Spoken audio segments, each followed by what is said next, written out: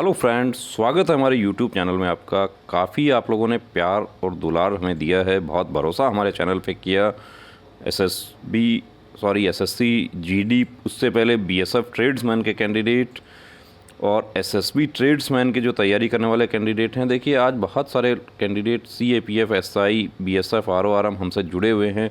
Medical में विशेष रूप से हमारे जो साथी हैं उनको देखिए हमने बहुत ही सटीक जानकारी दी। कर्नल सर जो रिटायर्ड डॉक्टर हैं आर्मी से, वो आपके पर्सनली जो है पिक्स वगैरह जो है उनको देख के आपके रिपोर्ट्स, उसके बाद उन्होंने बताया कि ये क्या इसमें फ़िट होना है, नहीं होना है, फ़िट हो सकता है। ये सब हमने आपको रिप्लाई किया और जिन कैंडिडेट्स को हमने फ़िट का ही बताया था वो लोग फ़िट भी हुए, जिनको अनफिट बताया था वो अनफिट भी हुए। अब यहाँ पर कुछ आप लोग कमेंट करते हैं। देखिए, कमेंट जो है आप कितने भी, आपको कोई पीडीएफ चाहिए प्लस आप कमेंट करते हैं, आपको कोई पुराना पेपर चाहिए, हम आपको प्रोवाइड करवा देते हैं। व्हाट्सएप जो है आपके लिए कोई चार्ज व्हाट्सएप का नहीं है, आप बिल्कुल व्हाट्सएप फ्री कर सकते हैं। रात में, आधी रात में भी हम आपको व्हाट्सएप रिप्लाई कर देते हैं। अब यहाँ पर जो देखिए गाली गलौज करने वाले जो कैंडिडेट हैं उनको बार बार हम बता रहे हैं कि आप स्टूडेंट हैं, आप धैर्य रखिए। आप विशेष रूप से स्टूडेंट को अभद्र भाषा का इस्तेमाल नहीं करना चाहिए, क्योंकि ये क्राइम है, साइबर क्राइम है। ये यूट्यूब पर भी जो गाली गलौज करते हैं वो भी क्राइम है। प्लस अभी तो कुछ ऐसे भी कैंडिडेट हैं जो व्हाट्सएप पर भी गाली गलौज पर उतर आते हैं, जबकि उसमें तो डायरेक्ट नंबर आ रहा है। एक कंप्लेंट पुलिस थाने में दे दिया, बड़ी मुश्किल हो जाएगी उसके लिए। अब कैंडिडेट जो है उसका चैट हम आपको दिखा रहे हैं। आप लोग हमसे चैट करते हैं, आप चाहे कितना भी पुराना, आपका 1 साल पुराना भी चैट हमारे साथ है तो वो भी हमारे डिलीट नहीं हुआ है, वो हमारे सिस्टम में है। इसीलिए कई बार कैंडिडेट मैसेज करते हैं कि मैं बिहार बॉर्डर से हूँ, मेरे को इतना मार्क्स है, क्या मैं सेलेक्ट हो सकता हूँ। अब पुराना चैट हमारे पास में है तो हम उसमें देख के आपको रिप्लाई कर देते हैं कि आपके 10 नंबर ज़्यादा हैं। आपने पहले मैसेज कर रखा है कि मुझे 10 नंबर ज़्यादा हैं, क्या मैं सेलेक्ट हो सकता हूँ।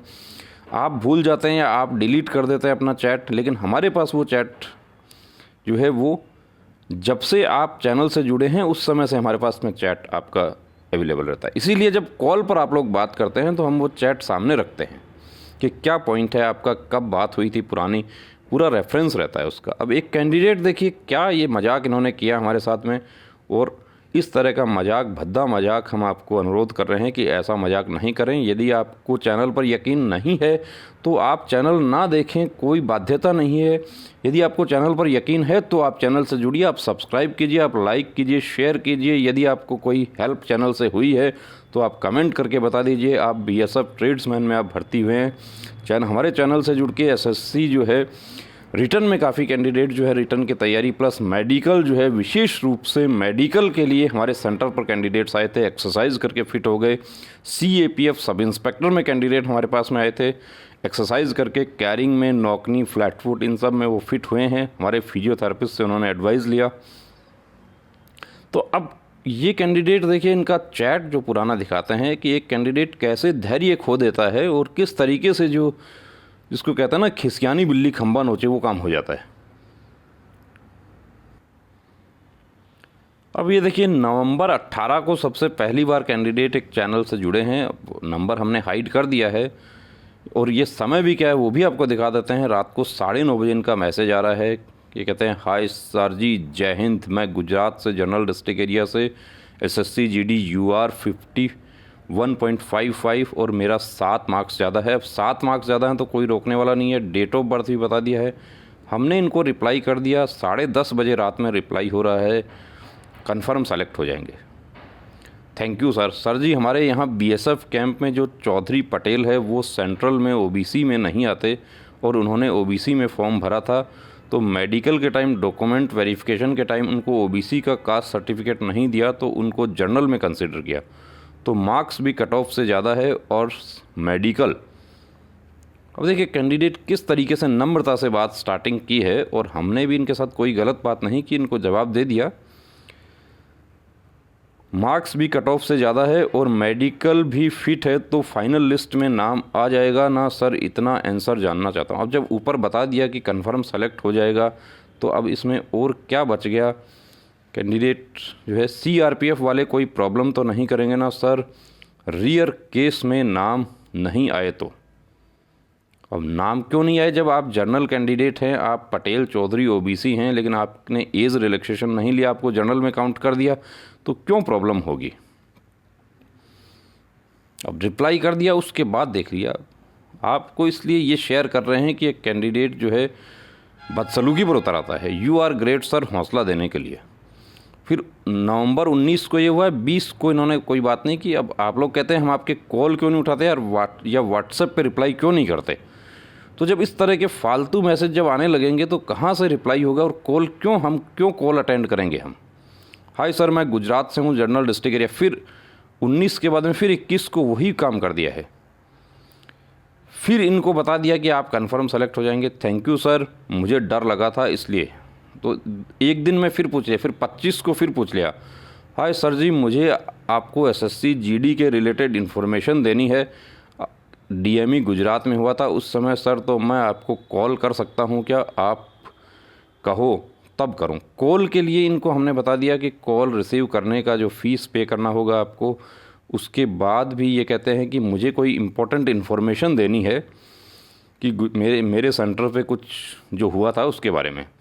तो इनको रिप्लाई कर दिया, अभी सर नहीं है, हम आपको कॉल करेंगे। जब इसके बारे में हमने डिस्कस किया कि ऐसे कोई इम्पोर्टेंट इन्फॉर्मेशन देने की बात कर रहा है कैंडिडेट, तो हमने इनको कॉल किया। इनको जो कॉल किया, अब ये कहते हैं प्लीज़ इम्पोर्टेंट इन्फॉर्मेशन है, इसलिए सर से बात करवाइए। अब क्या इन्फॉर्मेशन? अब जब हमने इनको कॉल किया तो इनका मैसेज आता है, जब ये अटेंड नहीं कर पाते हैं तो कहते हैं कि मैरिज में हूँ, कल करता हूँ। दूसरे दिन इनसे जो बात होती है,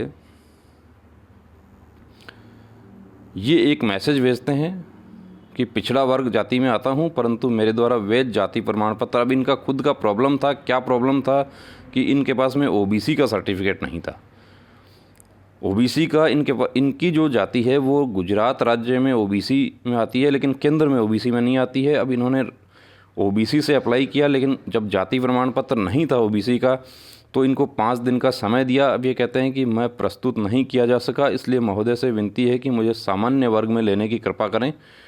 मुझे सामान्य वर्ग में लेने के बाद भविष्य में कोई भी अन्य पिछड़ा जाति का लाभ, भत्ते, सुविधाएं, छूट की हकदारी प्रस्तुत नहीं करूंगा। अब हमें बता रहे हैं कि मुझे इम्पोर्टेंट इन्फॉर्मेशन देनी है। तो कई सेंटर्स पर देखिए, कोई बदसलूकी हो गई, कोई धांधलीबाजी, कोई कैंडिडेट जो हैं वो एजेंट की कॉल रिकॉर्ड भी हमें प्रोवाइड करवाई। तो ऐसा होता है। तो हम ऐसा नहीं है कि हम हर कैंडिडेट से हम फ़ीस लेके ही बात करते हैं, हम खुद से भी कॉल करके उनसे बात कर लेते हैं। लेकिन इनके पास ऐसी कोई इन्फॉर्मेशन नहीं थी। इनको जब कॉल हमने किया तो इन्होंने वही बात हमसे करी कि मुझे 7 नंबर ज़्यादा है, मेरा क्या होगा। तो इस पर देखिए हमारा गुस्सा भी जायज़ था। हमने इनको ये बताया कि जब ये बात आपको बताई जा चुकी है, उसके बाद भी आप कॉल के लिए, और आपके पास कौन सी इंपॉर्टेंट इन्फॉर्मेशन है। तब ये कहते हैं कि मेरा जो वहाँ पे ओबीसी का जो मेरा सर्टिफिकेट था वो नहीं था मेरे पास में। तो वो भी पर्सनल इन्फॉर्मेशन है, उसमें जर्नल इंटरेस्ट वाली कौन सी बात होगी कि सभी कैंडिडेट के लिए। लेकिन हमने ठीक है, इनसे बात हो गई हमारी। फिर दिसंबर 9 को फिर इनका मैसेज आ जाता है, जय हिंद सर जी, मैं गुजरात से हूँ। वही रिपीट हुआ है। देखिए, अब आप लोग ये कहेंगे कि हम कॉल पे बात, ये जो इस तरह के जो मैसेज हैं, दिन में जो 500, 1000, 800 तक के मैसेज आ जाते हैं व्हाट्सएप, सबको रिप्लाई ऑपरेटर जो है उसके माध्यम से होता है, और वो भी डिस्कस करके होता है। तो कॉल यदि सबके अटेंड करेंगे तो हम क्या, हमारे दूसरे काम हम कर पाएंगे? इसलिए नॉमिनल सी फ़ीस 50 रुपीज़ आपके लिए रखी है कॉल पर बात करने के लिए। यदि किसी को आपत्ति है तो आप कॉल मत कीजिए, आप सिर्फ व्हाट्सएप पर डिस्कस कीजिए। लेकिन व्हाट्सएप पर एक ही बात यदि आप रोज़ डिस्कस करेंगे तो कैसे हम आपको रिप्लाई कर पाएंगे? फिर भी रिप्लाई कर दिया गया कि फुल चांस है, क्योंकि अब 5 मिनट में सर रिप्लाई हो गया कि पुराना चैट देख के। अब thank you so much sir, आप हमें बहुत सपोर्ट करते हैं। दिसंबर 9 को जो चैट हुआ है, उसके बाद देखिए कब चैट फिर होता है। फिर दिसंबर 12 को होता है, हाय सर, एसएससी जीडी में सर कितने साल तक जॉब करनी पड़ती है? 57 की 58। आर्मी जैसा नहीं है। तो एसएससी जीडी में पहले 57 ईयर्स तक था, लेकिन वो अभी बढ़ाकर सबके लिए 60 साल तक कर दिया है। वो भी रिप्लाई कर दिया। कहते हैं आर्मी जैसा नहीं है, 25 की एज से सेलेक्ट होंगे तो 60 साल तक सेवा देनी होगी ना sir, approx 35 years. Thanks sir ji. Sir ji, मेरे 2 फ्रेंड्स ने आपकी वीडियो देखी, एग्ज़ाम मेडिकल पास किया और वो ट्रेनिंग में भी चले गए हैं कोलकाता। Thanks sir. बीएसएफ में इनके फ्रेंड्स जो हैं ज्वाइन किए हैं, बहुत अच्छी बात है। तो ये जो है ये भी चलो कि इनके फ्रेंड्स ज्वाइन कर गए हैं, वो भी बहुत अच्छी बात है। अब आगे देखिए, आगे क्या। अब हमने इनको कहा कि आप भी ट्रेनिंग पर जाएंगे, टेंशन मत करो, गुड लक। थैंक्स सर, मुझे एक इम्पोर्टेंट बात करनी थी, गुजरात में मेडिकल टाइम पर जो प्रॉब्लम हुआ उसके बारे में।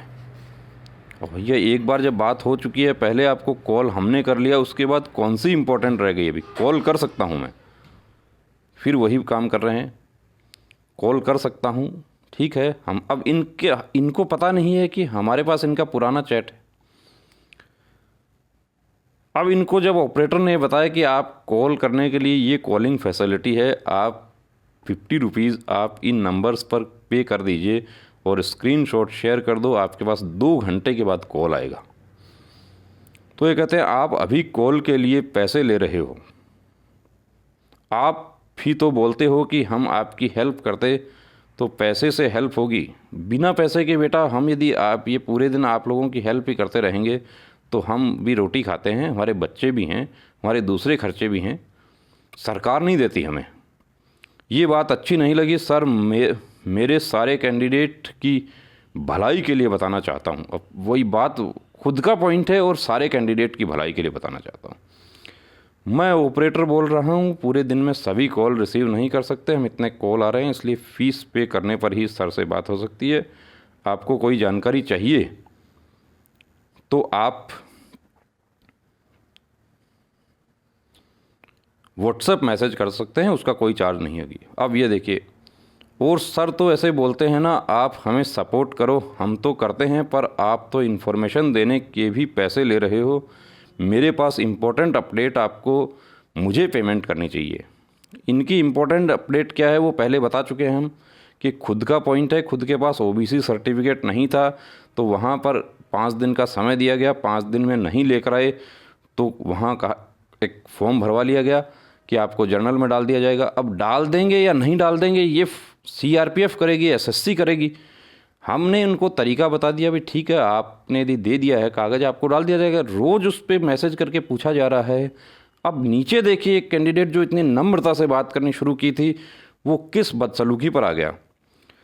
अब फिर कर दिया कि सबका कॉल अटेंड नहीं कर सकते, क्योंकि हमें पता है क्या इंपॉर्टेंट इन्फॉर्मेशन है। पुराने चैट हमारे पास हैं इनके, कि अपनी इन्फॉर्मेशन अपने पास रखो। जब ये रिप्लाई कर दिया गया तो ये देखिए क्या लिखा है, बहुत ही शानदार लिखा है। तू भी, ये मैं पढ़ नहीं सकता जो लिखा है, कैंडिडेट के साथ खिलवाड़ करना बंद कर, जो हमेशा झूठी जानकारी देता है। आज तक तेरी कोई बात एसएससी के बारे में सच नहीं निकली।